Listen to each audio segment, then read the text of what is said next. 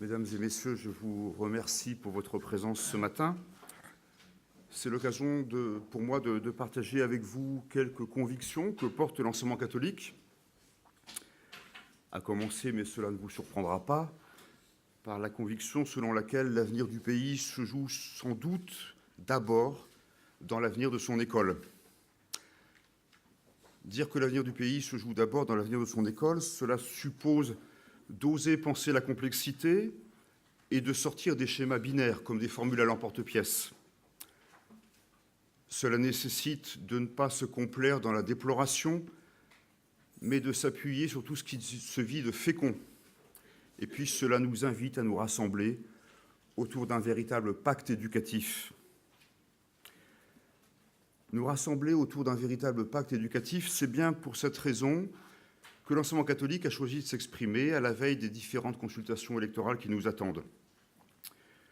Pas pour présenter un programme, je ne suis candidat à rien, encore moins pour dresser notre liste de revendications.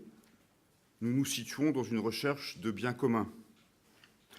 Ce dont il s'agit, c'est plutôt d'une réflexion, d'une analyse, d'une réflexion proposée à tous. Une analyse et une réflexion proposée à tous par une école catholique qui entend à la fois être elle-même et faire cause commune. Et pour ce faire, l'école catholique ambitionne et propose à tous de parler de l'école autrement pour faire autrement. Parler de l'école autrement, d'une part, en partant des enfants et des jeunes dans leurs réalités qui sont de plus en plus diverses.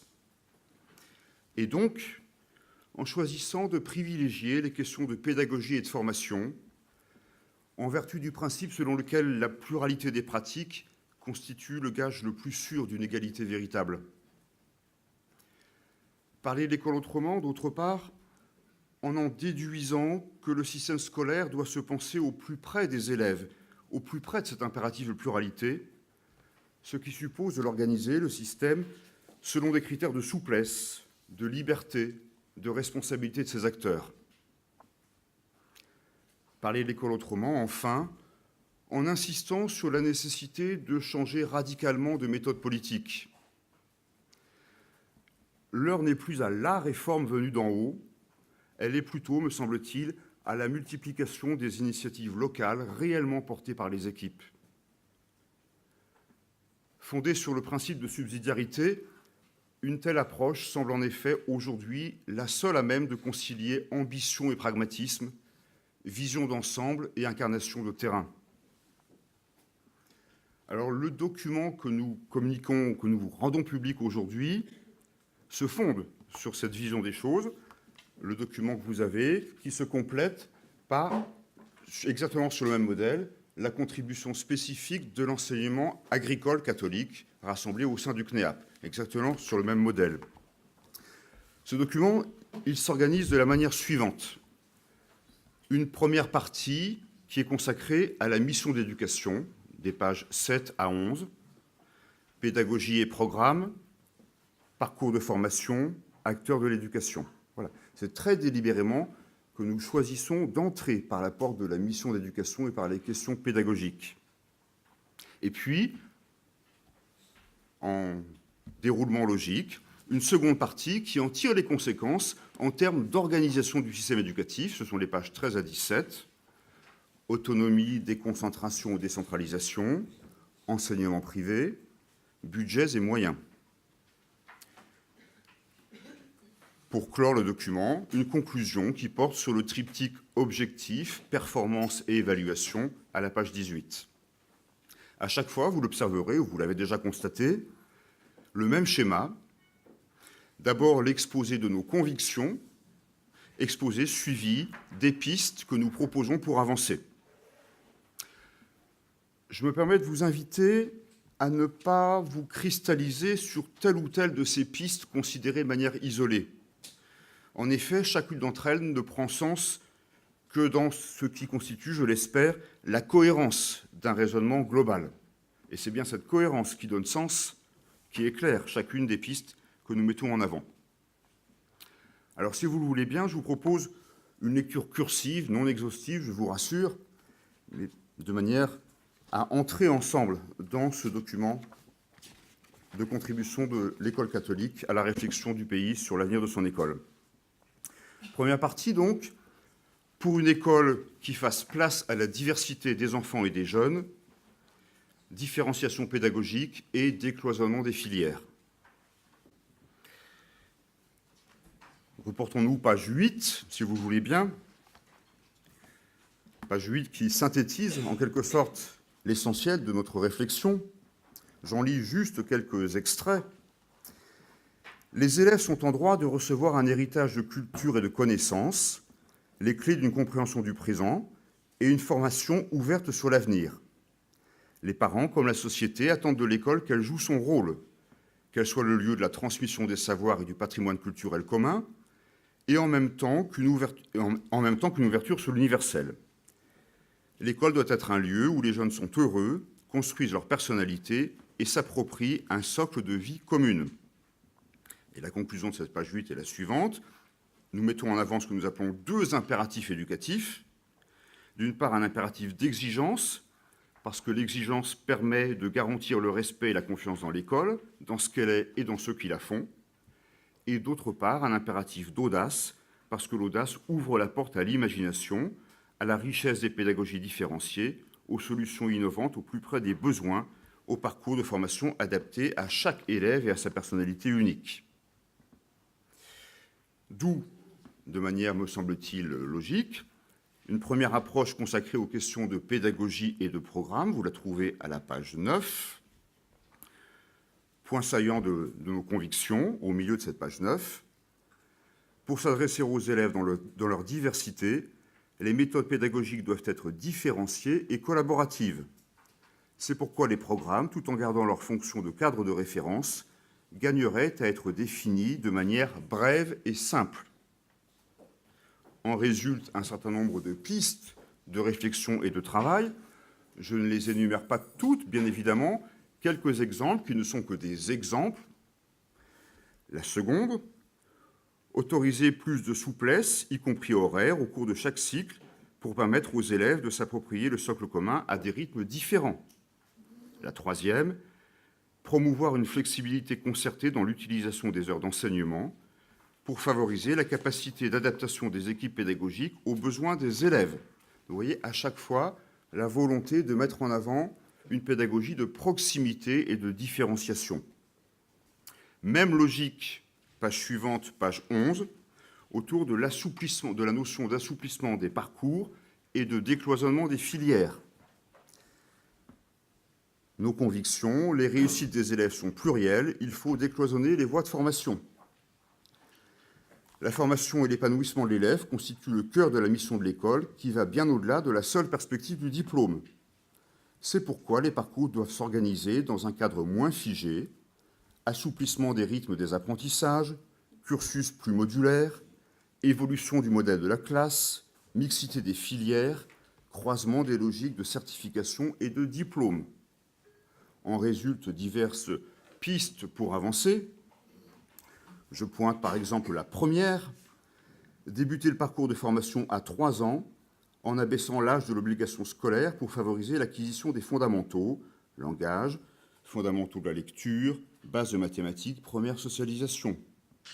Ou encore, dans un seul tenant, la 3e et la 4e, amender systématiquement toutes les dispositions législatives et réglementaires qui interdisent la mixité des filières et des parcours, assouplir les filières et développer des passerelles afin de libérer l'orientation de son caractère trop souvent définitif et irréversible.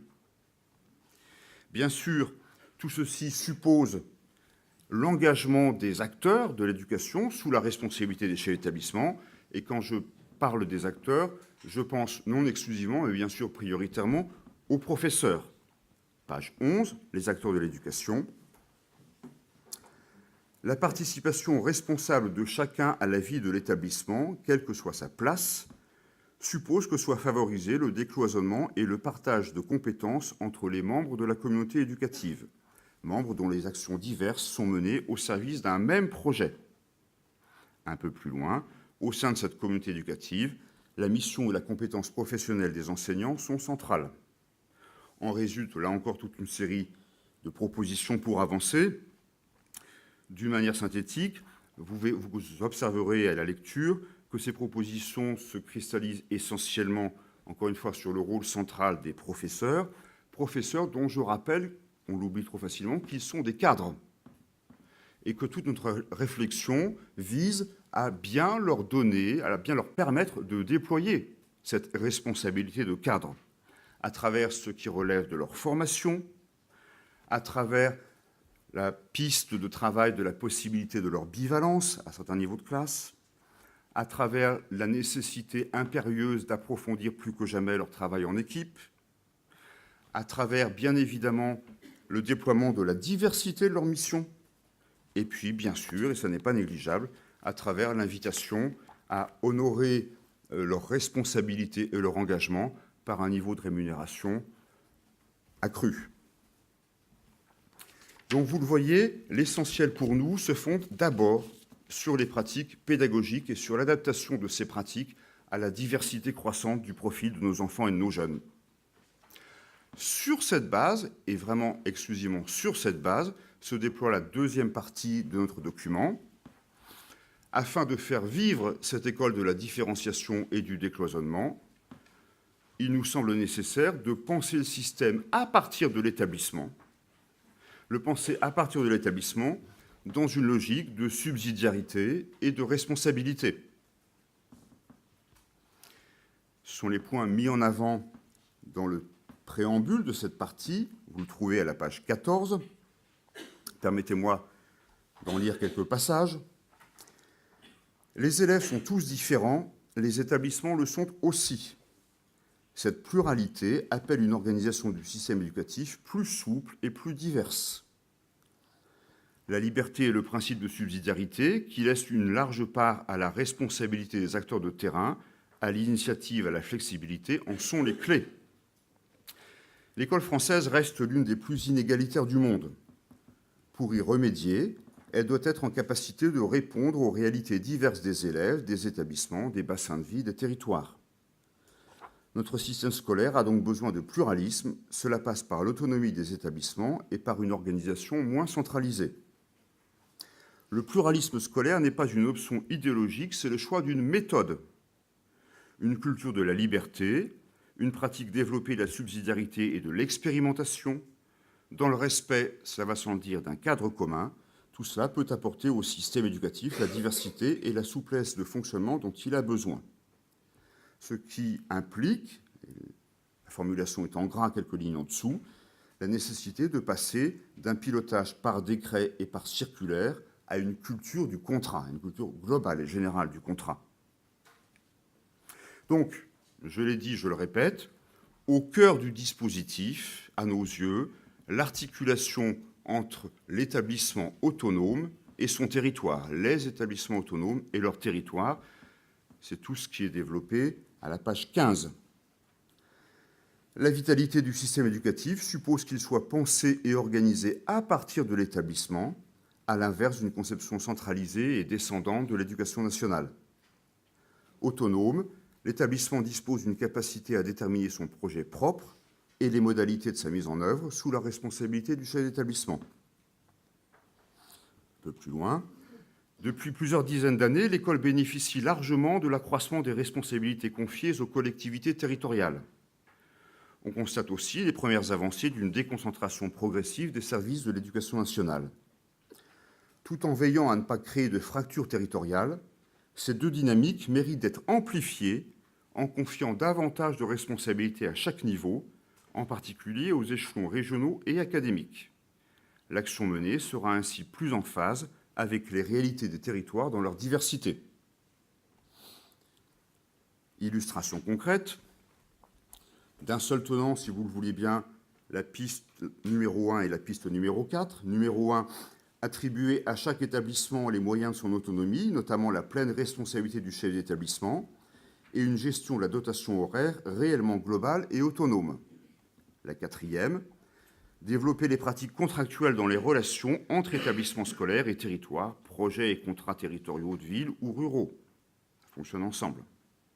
Mais aussi, dans un autre registre, les pistes numéro 2 et 3, donner un vrai statut d'établissement aux écoles du premier degré et encourager le transfert de la compétence scolaire aux intercommunalités, les EPCI. Bien évidemment, cette invitation à l'approfondissement de l'autonomie, c'est-à-dire de la responsabilité dans le cadre d'une culture du contrat, cet appel à l'approfondissement suscite des réflexions sur l'articulation entre pluralisme et culture du contrat. Ces réflexions sur l'articulation entre pluralisme et culture du contrat, vous les trouvez aux pages 16 et 17, enseignants privés et puis budget et moyens. Conviction du haut de la page 16. Pour répondre à la diversité des enjeux d'instruction et d'éducation, les établissements privés offrent une proposition éducative spécifique. Ce faisant, ils rendent un service d'intérêt général, en particulier dans le cadre d'une relation contractuelle avec l'État. Cette association par contrat constitue plus qu'un simple cadre légal. C'est un état d'esprit et une manière de faire. Elle permet de faire vivre le pluralisme scolaire. Elle ouvre des espaces d'innovation et de liberté qui sont autant d'atouts pour l'éducation. Dernière phrase des convictions. Pour jouer son rôle, l'enseignement catholique a besoin qu'on lui donne véritablement la capacité de prendre sa part à la mesure des besoins exprimés. Pour le bien commun, l'enseignement privé associé à l'État doit pouvoir exercer pleinement sa liberté. Si vous regardez les propositions pour avancer, je pointe en particulier la 2e et la 3e de la page 16. Prendre en compte très concrètement la notion de besoins scolaires reconnus en permettant les ouvertures de classes et d'établissements nécessaires. Donner aux établissements privés les moyens concrets pour atteindre les objectifs de mixité scolaire et sociale partagés en zone urbaine comme dans les territoires ruraux. Ou encore, page 17, la première, programmer le budget de l'éducation de manière pluriannuelle, ou la 3e, programmer les moyens attribués à l'enseignement privé sous contrat en fonction du besoin scolaire reconnu, ce qui implique la possibilité de reconsidérer l'usage du 80-20. Bref, je ne vais pas être trop long pour ensuite laisser la place à nos échanges. Bref, vous l'observez, le fil rouge, le fil conducteur de notre réflexion et de la contribution que nous apportons à la réflexion du pays repose vraiment sur l'idée selon laquelle l'égalité véritable se construit par la diversification. Pour le dire autrement, l'idée selon laquelle le commun se fonde sur le pluriel. Nous pensons que plus il y a d'uniformité ou d'uniformisation, moins il y a d'égalité réelle. C'est pourquoi notre vision repose sur l'articulation entre des objectifs communs, indispensables, des objectifs communs et en même temps des voies diversifiées pour les atteindre. Il nous semble que là se trouve la meilleure manière de prendre en compte la diversité des jeunes, la diversité des établissements, la diversité des territoires. Bien évidemment, une telle approche requiert à l'évidence d'associer la culture de la responsabilité à une culture de l'évaluation partagée. Et c'est ce que nous développons à la page 18, le triptyque objectif, performance et évaluation. Un fonctionnement plus souple et plus responsable de l'éducation nationale va nécessairement de pair avec une culture plus développée de l'évaluation au regard des objectifs poursuivis. Qu'il s'agisse des équipes pédagogiques ou de l'établissement, la prise en compte des performances permet de reconnaître le travail accompli et d'accompagner les ajustements nécessaires. Paragraphe suivant. Il ne s'agit pas d'inspecter des exécutants pour vérifier qu'ils sont en conformité avec une circulaire, mais d'évaluer le travail réellement accompli par les acteurs de l'éducation en responsabilité, notamment avec tout ce qu'il comporte de recherche constante d'adaptation. Quelques lignes avant la fin. On veillera à s'exonérer d'une vérification pointilleuse du respect d'un cahier des charges pour considérer plus largement si la mise en œuvre par l'établissement et ce qui en résulte par rapport aux objectifs partagés contractuellement est adapté. Voilà. Il nous semble que c'est ainsi que notre école, l'école du pays, sera plus et mieux une école de la fraternité. Car la fraternité ne se fonde pas sur l'uniformité, mais sur le rassemblement. Et se rassembler, ce n'est pas se ressembler, c'est choisir de différer ensemble.